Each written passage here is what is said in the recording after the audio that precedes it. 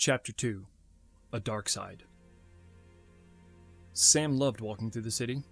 It was a unique place that was always busy and full of such diversity. You could be as loud as you wanted and no one would care. He could be invisible. These walks always gave him time to think, time to reflect on the goals and the matters at hand, and time to reflect on how to repair the cracks in his inner walls before anything came seeping out. On the outside, Sam appeared to be your average everyday young man. He didn't have any strange personality tics or social abnormalities. If you met him in a bar, you would forget that you even spoke to him. You could describe him as a carbon copy of every other guy that you have ever met, but cannot remember. He liked it that way. For years, he tried to remain relatively invisible and not draw attention to himself. The anonymity allowed him to keep laying brick and mortar on that wall. Just as all of us have, there were secrets behind that wall. However, these were not your average everyday secrets. There were no narcissistic tendencies or strange sexual fetishes behind this wall. It hid no deeply seated racism or overabundant amounts of ego-driven desires. What was behind this wall was something that was far different. It was a thing that desperately wanted to escape. It needed to be seen and heard, far more than Sam was able to keep it in. Sam used these strolls through the city to seal those cracks. It was time well spent to see to it that he remained in control of that secret. If there were ever even a small crack left unattended, that secret could get out, and the whole world would know that Sam was not well. He was not well at all. Sam grew up poor.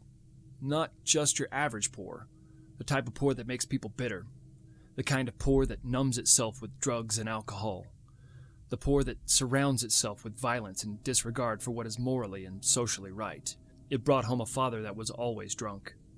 The man drank so much that you could smell the alcohol in his sweat every morning. The two-bedroom house that they lived in stunk of sweaty old alcoholic. The smell permeated every wall of the Section 8 home. If it were not for the benefits they received, Sam would have been homeless and an orphan before he was 6 years old. His piece of shit father was abusive all the way across the board. He would destroy Sam verbally, emotionally, and physically every chance he got. Sam was his punching bag, his chained dog that would get beaten every time he whimpered. If he ever even showed any ounce of emotion or sense of self-worth, this man would take it from him with foot and fist.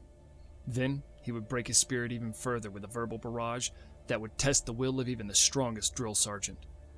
Sam only had one option in life: to take it. His mother was even worse.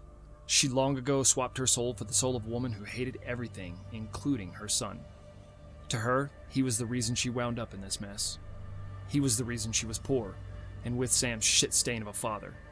She would lecture him for hours on end about how crappy her life was and how she wished that he would just die so she could be free. The woman was obsessed with her situation and making sure that Sam was acutely aware of how worthless he was. She would take every opportunity to tell him how much he was like his father.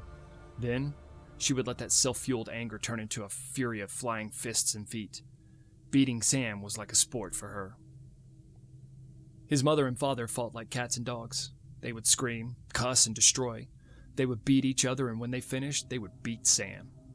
He hated them with an anger that boiled in the back of his throat like tar over a black fire every time he even thought of them. It was likely that few have ever felt this kind of anger. Sam wished he never had. He wanted to hurt them and show them that he was stronger than they were. He was the superior person. He wanted to show them the true power of a chained dog. They needed to feel justice. These shitty people trained him to do this, to keep it in. Do not speak. Just stew in the anger, with no outlet, no way to let it go. Beating Sam was not the only way they showed their dominance over him. Beyond the demeaning and humiliating verbal abuse and soul-scarring emotional torment that they exerted upon him, there was the box. The box was little more than a shipping crate that his shithead father converted to hold tools. The box was reinforced to keep it sturdy, but it only held tools for a brief amount of time. The pawn shop would empty it less than a month after its construction. His parents found no trouble finding a use for it, though. After any given amount of verbal or physical pounding, Sam got thrown into the box. At 2 feet wide, 18 inches tall, and 5 feet long, this box was smaller than a coffin. Dirt and rust and various nuts and old nails filled the bottom of the box. They would lock the top and leave him in there for hours. sometimes days. The long hours in the box would not pass quickly. The roaches that came in and out of the box were very curious and seemed to explore everything. As if being trapped in the small confined space was not bad enough, there was no water, nor food, nor bathroom breaks. This was torture. This was hell. The only relief Sam ever got was at school. He was able to escape the torment of his captors for at least 8 hours. And truthfully, it wasn't too much of a reprieve. He was poor, and that made him a target. Everything about him was a target. His shabby clothing and shaggy appearance were a constant point of attack for the more fortunate students that attended his school. It was always the kids that knew the joys of financial and social privilege that launched the attacks. He would listen to the endless procession of taunts the other students flung at him from the hallways and schoolyards. He was the topic of conversations for the kids that got picked on when they needed to feel better about themselves. However, at least it was not as bad as what he endured at home.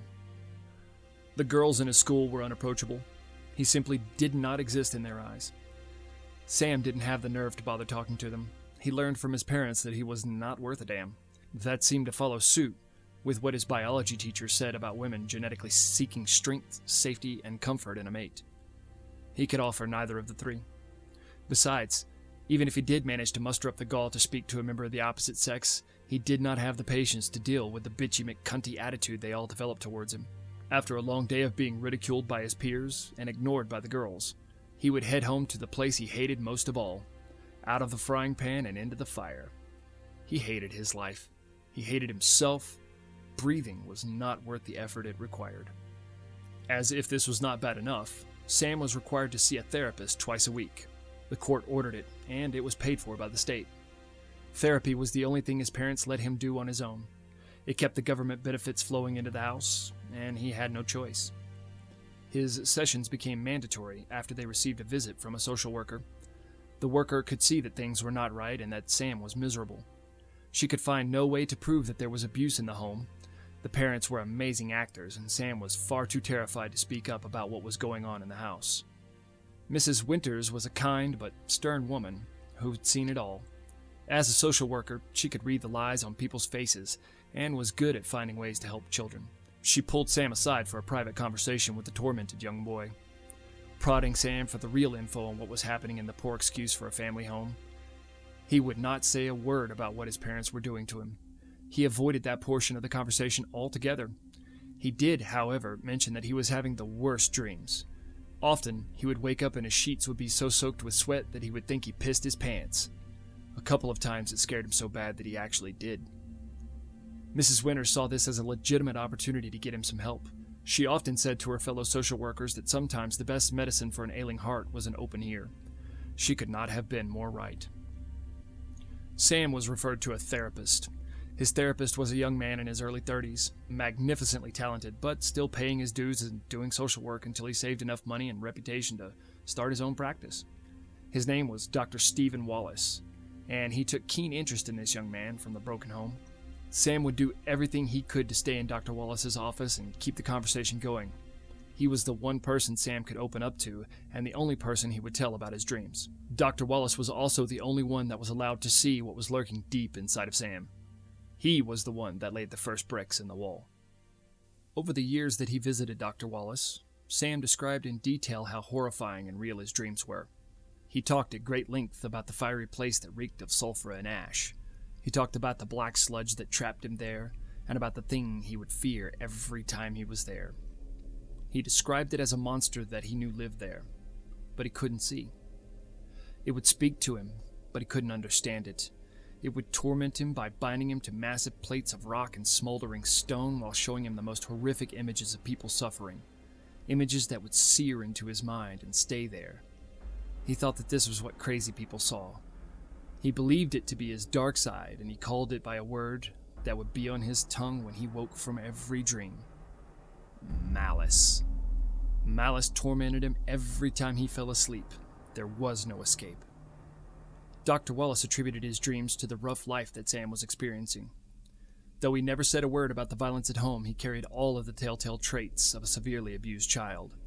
This, in turn, carried with it all the troubles of mental illness. The dreams were Sam's way of coping with the darkness that surrounded him. At least, that's what the good doctor thought at first. If only he were right. By the age of 15, Sam slipped into a state of full-blown depression. There was no light at the end of the tunnel, no silver linings to any cloud. There was only darkness. The abuse at home had reached an all-time high. The bullying at school persisted and grew throughout the years, and there was no end in sight. The dreams became far more vivid and violent, and all he wanted was out. By this time, there were 2 failed suicide attempts. The scars on his wrists were a sign of one. He cut them the wrong way and didn't have the guts to go deep enough. They only bled for 10 minutes. The second was a botched hanging. He decided not to go through with it at the last minute, but slipped off of the chair. After just seconds of struggling, the cord broke loose from its anchor and Sam came crashing down on his ass. He couldn't even get that right if he wanted to. It seemed for a while that Sam's fate was to remain in hell. However, fate is never as accurate as we believe it to be. A breath of fresh air came to him one night in the form of a lungful of smoke. Sam's house was set ablaze. He was the only survivor. Though never confirmed, the authorities believe that his drunk-ass father passed out with a cigarette in his hand. Incredibly groggy, Sam awoke in the hallway, only feet from the door. He didn't have a clue as to how he made it there, but he was happy to be alive. There was not a single effort from him to help save his parents from the fire. As he arduously made his way to the door, he could faintly hear his mother scream in agony. Then the screaming stopped. A light ignited at the end of the tunnel once more, and it was bright orange. Sam stumbled outside and collapsed on the ground. He spent the next 3 years in juvenile homes and therapy. Eventually, Sam began to smile. The wall he was building grew thick and strong. He was able to bury the demons of his past, at least somewhat. Upon his 18th birthday, they released him from custody, and he began a life of independence anew.